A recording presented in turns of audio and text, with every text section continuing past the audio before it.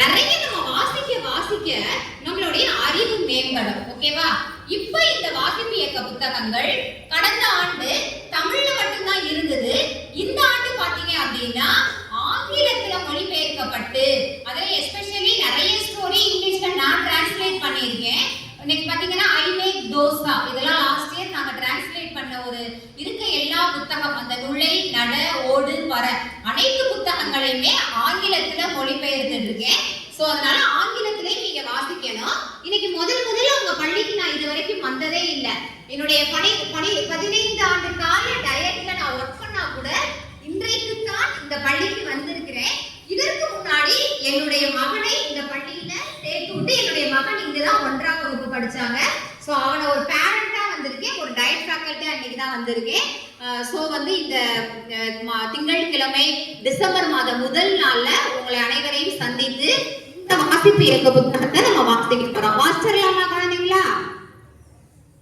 இன்றைய வாசகர் நாளைய தலைவர். இன்னைக்கு நீங்க வாசிச்சீங்க அப்படின்னா நாளைய தலைவர் ஆகலாம். அதாவது today's reader is tomorrow a leader அப்படின்னு சொல்லுவாங்க. இன்றைய வாசிக்க போற வாசிப்பு இயக்க புத்தகம் அணில் குட்டி. எதை வாசிக்க போறா? வாசிக்கலாமா குழந்தைங்களா? நான் கபிலன் 3ஆம் வகுப்பு படிக்கிறேன். நான் கபிலன் 3ஆம் வகுப்பு படிக்கிறேன். அப்பா தோட்டத்தில் வேலை செய்கிறார். அங்கே ஒரு அணில் இருந்தது. ஒரு நாள் ஒரு குட்டி அணில் கூட்டில் இருந்தது. கீழே விழுந்தது. அப்பா அதை பிடித்து வந்தார். யாரு பிடிச்சிட்டு வந்தா குழந்தைங்களா? எதை பிடித்து கொண்டு வந்தாங்க? அணில். Very good. அழகாக இருந்தது. சிப் சிப் என்று பெயர் வைத்தோம். என்ன பெயர் வைத்தோம்? சிப் சிப் என்று பெயர் வைத்தோம். ஒரு அட்டையில் வீடு செய்தேன். அது சிப் சிப் வீடு. பால் தந்தேன். சிப் சிப் குடித்தது. பள்ளிக்கூடம் விட்டதும் ஓடி வருவேன். சிப் சிப்புடன் விளையாடுவேன். என் நண்பர்கள் வந்தனர். என் கையில் சிப் சிப் படுத்துக் கொண்டது. கொஞ்சம் வளர்ந்தது. கொய்யா தந்தேன். கொறித்து கொறித்து தின்றது. ஒரு நாள் உள்ளே வந்தேன். சிப் சிப் என்றேன்.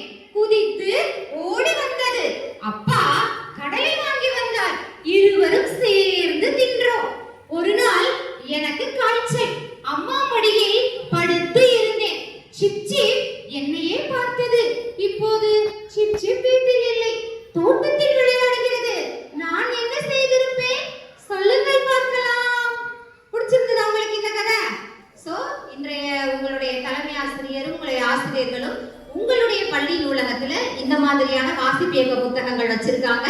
நீங்க தொடர்ந்து படிக்கணும். ஓகேவா? இப்ப ஒரு யாராவது வாசிக்க சொல்லுவோமா? சரி, யார் வாசிக்க போறா? வாங்க. உங்க நேம்